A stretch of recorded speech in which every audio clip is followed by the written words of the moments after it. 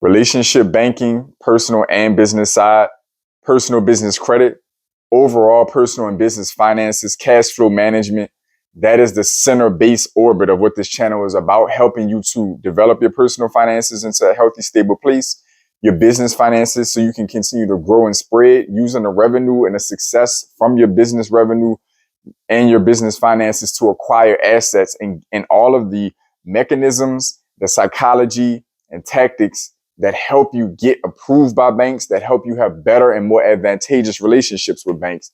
That is what this channel is about. This video is covering a part 2 on a topic I covered last Friday in my weekly spotlight, where I cover my pioneers, my subscribers, comments, or I just talk directly to my pioneers and my subscribers.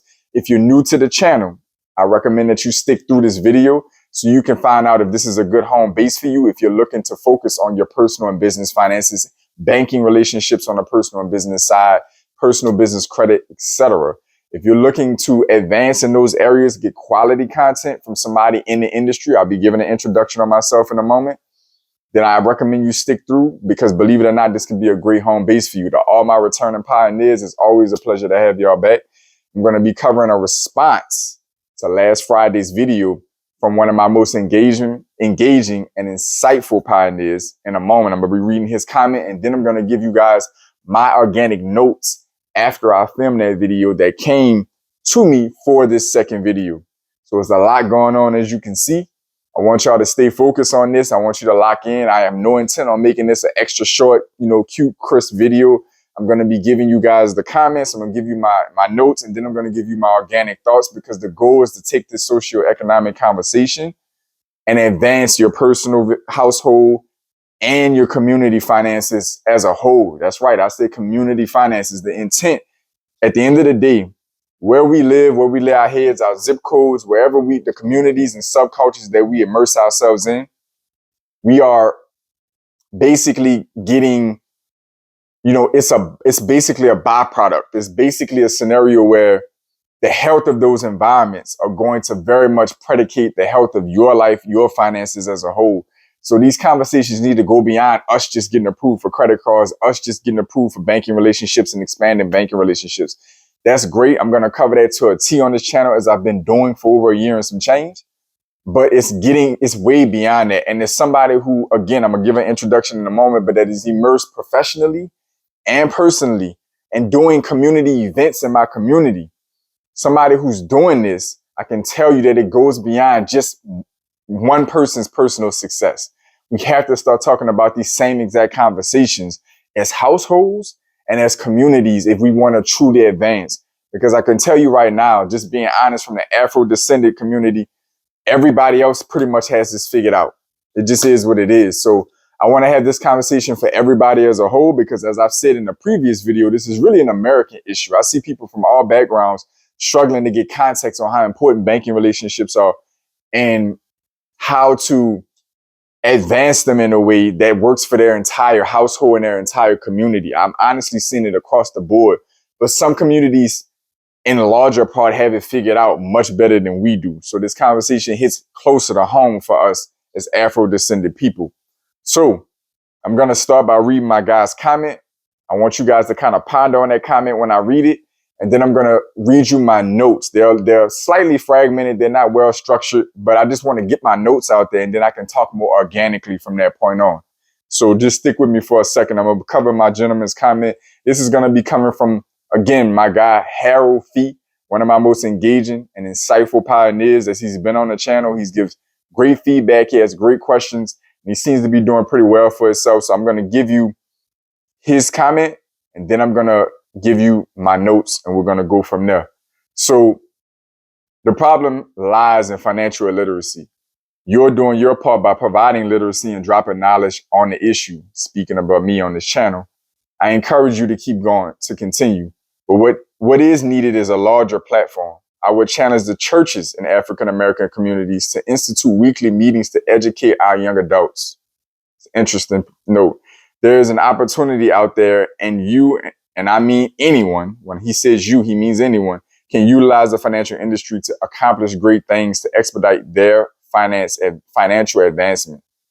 So get it, people. A mind is a terrible thing to waste. When you came from, where you came from is immaterial. Excuse me. Carnegie, Sachs, and Goldman were born in poverty, but simply used their minds as they saw a way out. It was here in America that they used the system to the utmost. Be responsible, develop goals, and stop whining. It all takes an idea, strength, and a mindset of prosperity. So I want y'all to ponder on that comment, your thoughts on that comment. I'm going to be covering my perspective on that comment shortly, and I want to give you guys my notes. But first, I'm going to respond to his comment. First off, thank you for it again. I do believe financial literacy is a major issue for sure, and that is exactly what my channel is focused on indeed. I do agree that there needs to be larger community entities, platforms put together focused around financial literacy and focused on these types of conversations. I agree with that. He refers to the African American churches. I believe that that's a great place to start because so many of us are immersed in church and, in our religions. That's one of the most common ground areas, if you will, for our community indeed. So I do think that would be a great place, but there are definitely other areas of the community that can chime in on this. Financial industry is definitely a place where a lot of great things can be accomplished. No question about that. Your ability to impact your community, the overall environment around you. Money is one of the biggest fueling sources around it. It's not the only by any means, but it's definitely a major component. When you're able to advance your personal finances, what you can do with others, and when you're able to develop a small, successful business and the impact that has on communities is something that you can't put a price on. He mentioned where you come from being immaterial. Yes and no. I mean, we are a product of where we come from.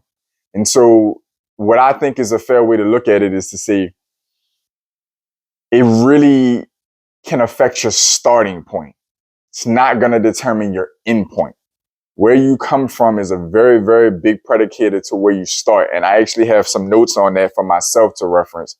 So I'm going to kind of pause that, what that is. He mentions a few successful pioneers that we've had in this American culture, years back, Carnegie, Goldman, Sachs, etc.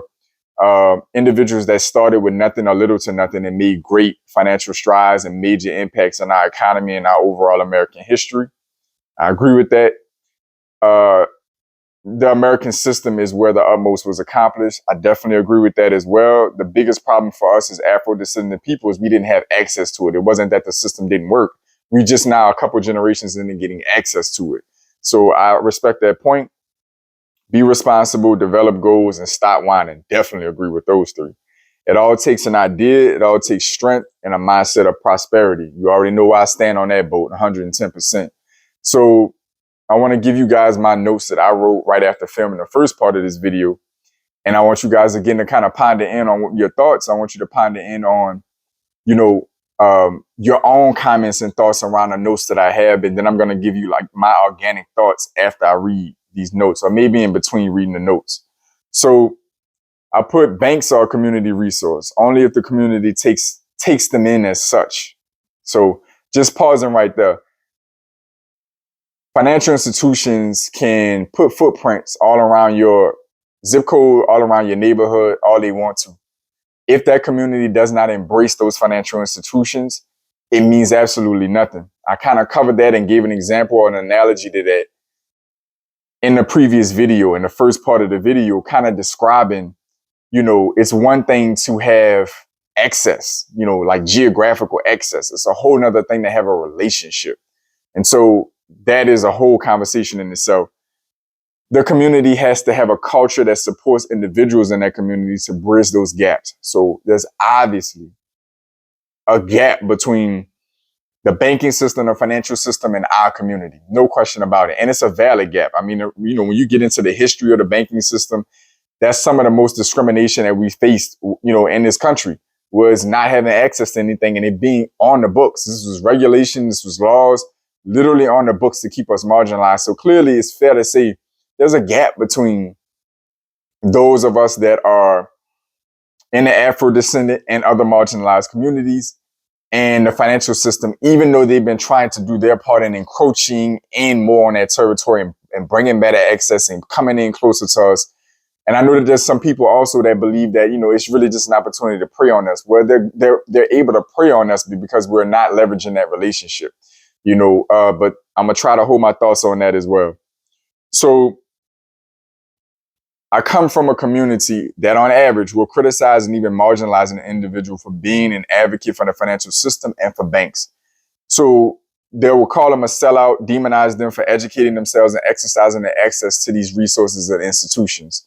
And that's the facts. I mean, to be honest, to keep it a buck, I come from a background where eating vegetables was clowned upon. Like it's crazy. But the reality of it is that we were, for so long, our communities were suppressed and compressed to basically the leftovers that this society had to provide for so long, that we've kind of made that, unfortunately, to some degree, made that our norm in a sense. And you think about, like, I'm from New Orleans, Louisiana, I'm from the South. When you think about the food, there's a good analogy to this, and I'm not going to drift, but I just want to give an analogy to this. When you think about gumbo, it's literally one of the most notable staple food items in our culture down here in the South, especially coming from New Orleans in particular, where I was born. And gumbo is phenomenal, by the way. I mean, I can't knock it. But it's really a melting pot of the leftover foods that we had to eat off of us when our ancestors were slaves. Like, it's really us taking a bunch of nothing, like leftovers and scraps, and making it into something amazing. Our culture has been rooted in that in America, and there's some amazing things that have come from it. But unfortunately, to be completely honest, when you think about that mentality, though, unfortunately, now when you have access to better quality, when you have access to the things that were taken from you or you were pushed away from for the longest, sticking to the financial topic, it's almost as if now you are selling out the culture, because the culture has derived itself so long from the leftovers, from the marginalized aspects of it. It's like now when it's like, okay, we have an opportunity to get a quality education, to get access to quality resources, whether that be food, whether that be financials. Now that we have access to it, it's like you're turning on or selling out the culture, the normalcy of the culture, by accessing these resources, by taking advantage of what was hard fought for the whole time, by the way. The whole time we were marginalized.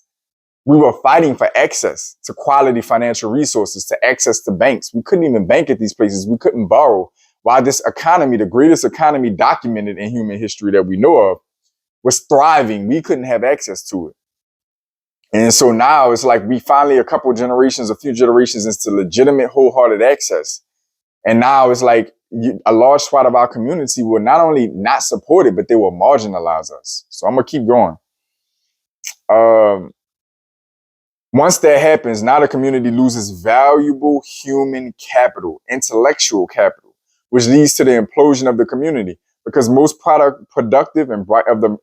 the productive and brightest minds have fled the community, leaving usually the most toxic and unproductive elements behind. Whole lot to be said on that.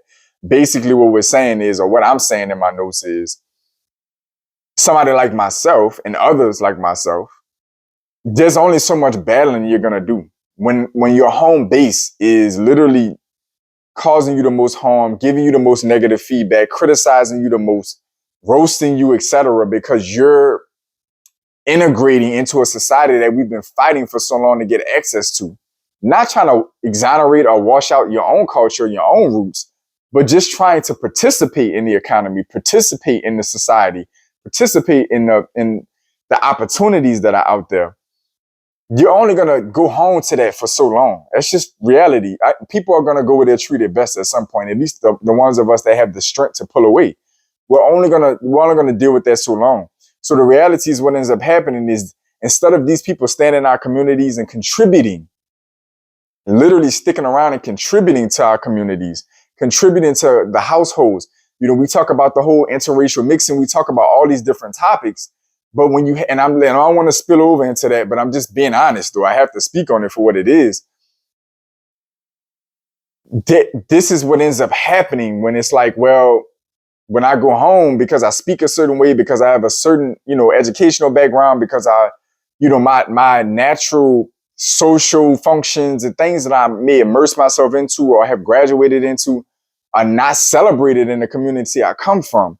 there's only so much of that I'm gonna put up with. Sometimes it's literally a threat to your life and your quality of life. Sometimes literally just being the nerd, the dork, the banker, whatever the case may be, can literally be a threat to you. You can be, people want to rob you, they want to harm you.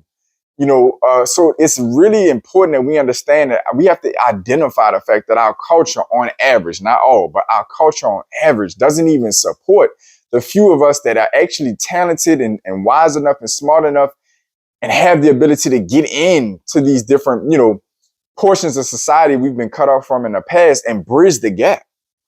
We're pushing them out.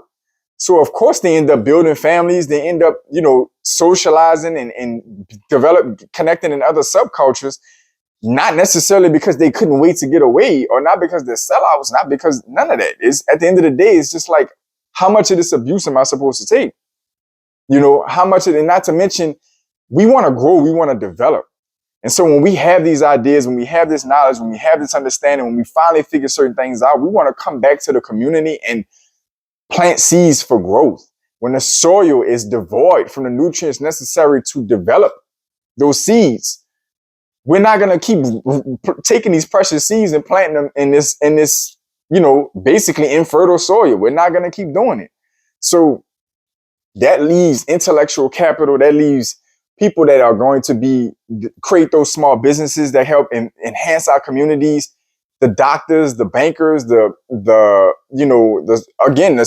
great restaurants, etc. All of these different individuals who are marginalized by their community because because they're exercising what our ancestors have fought for.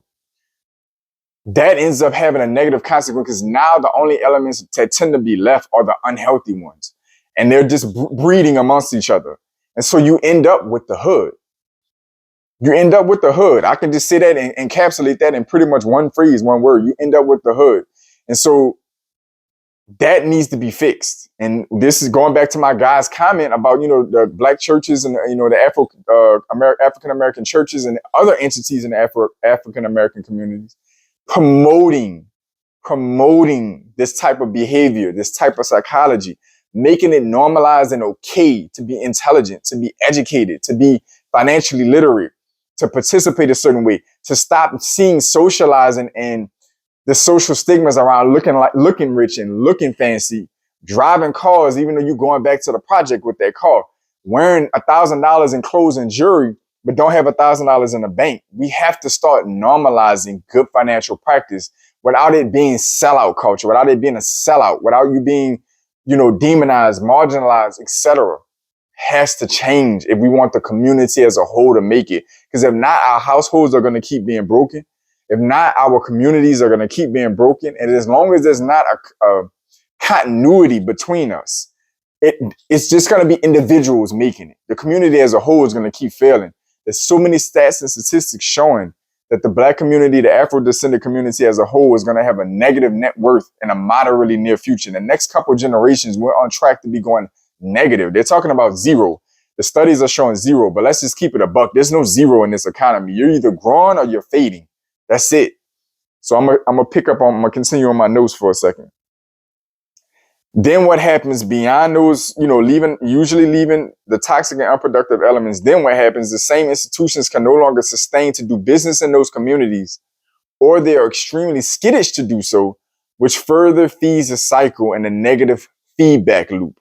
So basically what that means is once you're left with the unhealthy elements, the intellectual capital, the small businesses that are now being pushed out of the community because they're functioning a certain way, that we should be all getting on the bandwagon of. When those all leave and exit the community, or there's only so many of them left behind and the negative toxic elements are the predominant group, the financial institutions that are stuck in that have embedded themselves or intended to embed themselves in that community are now starved.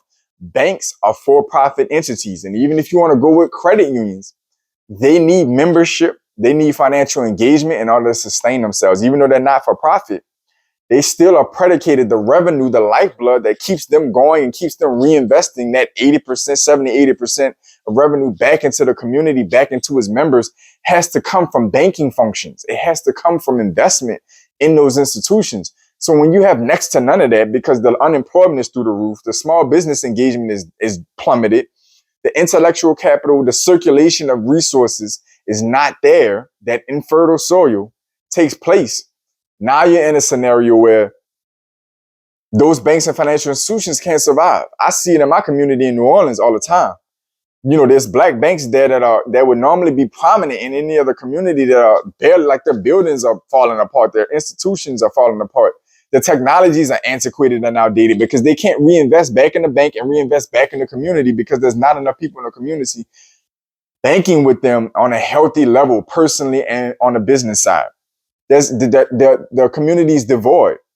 If the unemployment numbers in the entire city is 1%, then the unemployment numbers in that community is 2 and 3x that.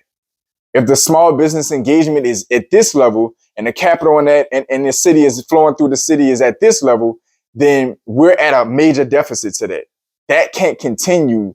And then you expect banks to keep functioning and educating and providing resources. So again, going back to the first example in the first video, when the PPP loans come out, et cetera, it's just an example. And you don't get access to them in the community we have is a deficit. We don't get access to it. This is why. This is why. There's no relationships there. There's no embedded engagement and positive feedback loop in the community for these financial institutions to feed off of, to reinvest back into, to reinvest the profits, the dividends, et cetera, the success back into the community is not there. You can't keep quality talent at these banks. So you have less qualified individuals working at these financial institutions because you can't get the ones that have real talent, real knowledge, and real acumen to stay. And then the ones who come in there that they have to take just to keep the staff full aren't quality. So you have that negative feedback loop. It's just a sick, vicious cycle that continues on. So from there, I say where our ancestors,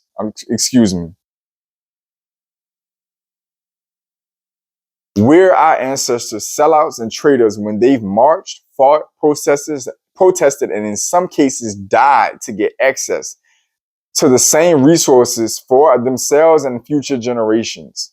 How is it not a travesty to neglect these hard-fought for resources in our modern era? I'm gonna read that again.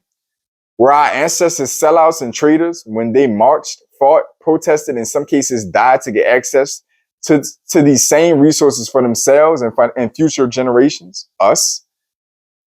How is it not a travesty to neglect these hard-fought for resources in our modern era? Have we forgotten the luxury to access that we now have? That is a profound set of questions, because the same philosophy that is dubbed those of us who've, and listen, I don't want to make it sound like I was marginalized by my community. I maintained good relationships, but I had to fight and become a really strong person to have the intellectual capacity to go into the industry I chose to go into and advance in that community, in that industry the way I did, and still maintain good ties to the community I come from. I understand why people go. I get it. But back to the questions that I asked, is it not a stab in the back to our ancestors? Or were they sellouts and traitors when they were fighting for the opportunity to a country and a financial system that they greatly contributed to, by the way? It's not like it's a favor. When they fought to get access to this for themselves and for us, were they traitors? Were they sellouts?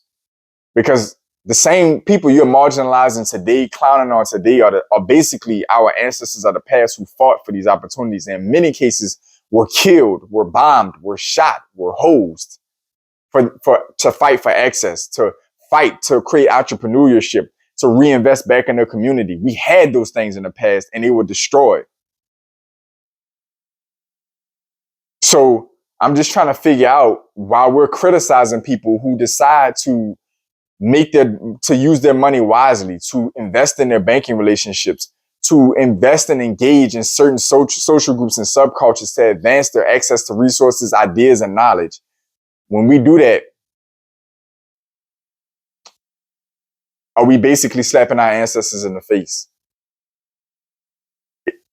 Is it not a travesty to be so unproductive in leveraging these resources and institutions? Again, is it not a travesty to be so unproductive in leveraging these resources and institutions?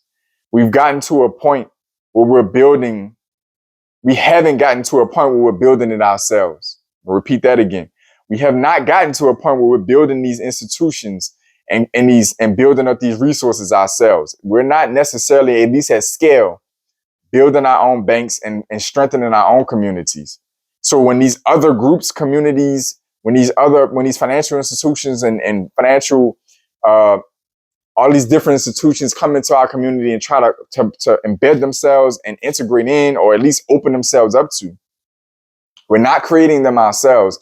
And we're also not taking advantage of them when they come to us, when they knock on our doors, when they drop themselves in our community. Okay. So can we not at least support our households and communities to build around these resources? Can we not at least support the people around us? If it's not necessarily in us individually ourselves, if we don't connect the dots with these things, there's somebody in our family who gets it. There's somebody in our community, in our households, in our environment around us that gets it. That's intelligent around these topics, that they gravitate and have a good understanding around these topics. Can we not rally around those individuals? Tie a tight, healthy relationship around them, support them and protect them, and allow them to be the ones to bridge the gap, to bring these resources in. So those of us that don't really get the financial side, but are talented musicians, talented with medical sciences and medical related topics, talented with business ownership and have different acumen, talented and have great business ideas, the ones of us that don't necessarily get the financial side, can we not invest in the ones of us that do get it? And allow them and foster them in a position to where they can be the ones to bridge the gap, to help us develop a healthy community. So access to capital, education, voting powers, prevent these institutions that are in our communities from collapsing due to a lack of healthy community activity and engagement. Then when this negative cycle takes place, we complain about it and how there are no resources in our community to care for the old and guide and develop the youth. Then when the negative cycle takes place that I just described through my notes, then the negative cycle takes place, we complain about how there are no resources in our community to take care of the old and guide and develop the youth. That's it. That's it in a nutshell.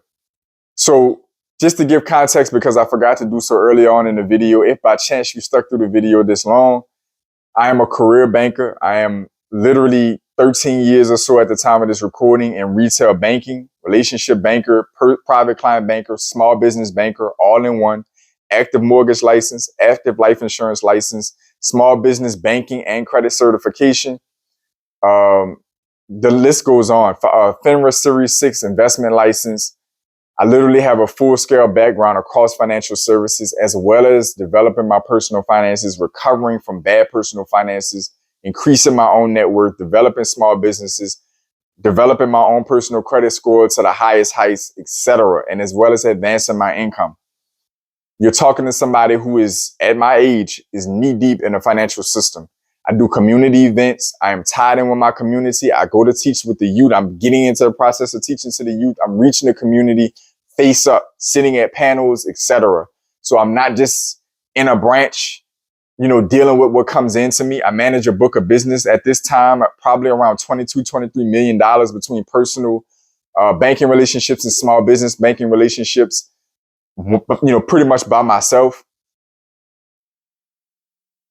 I'm doing this day in and day out. Everything that you've read, everything that you've heard, if you stuck through this video this long, is coming from somebody who's knee deep in this, and also comes from, not saying that everybody with tattoos is from a certain community, but I am telling you that I am from a certain community, 110%. I did not come up silver spoon at all. And I had to come up through a community where I had to be one type of person to survive that community, and had to make an entire pivot in my life as I became a father, a family man, etc., to get to the point where I'm able to cover this, to develop an entire career in this, and then develop a channel like this and provide the education, provide the resources and the necessary discussions for us to be able to advance. I had to fight through all of that. So you're getting this entire context from somebody that comes from both ends of the spectrum, in deep. So comment down below. So much was talked about, so much was said, so many notes.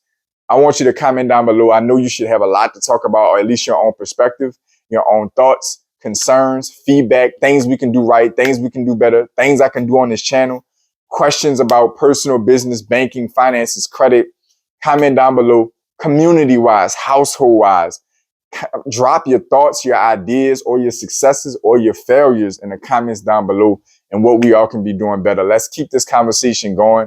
I am willing to continue this conversation week after week as long as it branches out. I'm willing to do it. If not, we'll cover another topic.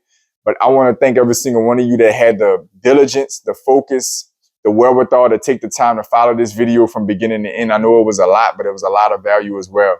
So to all my pioneers, welcome back. To my new viewers, welcome in. You want to learn more about myself and the channel? Description section, about section, subscribe, comment, like, share. Major ways to support this channel so this channel can keep supporting you. I want each of you to stay focused, stay in motion. I'll see y'all soon.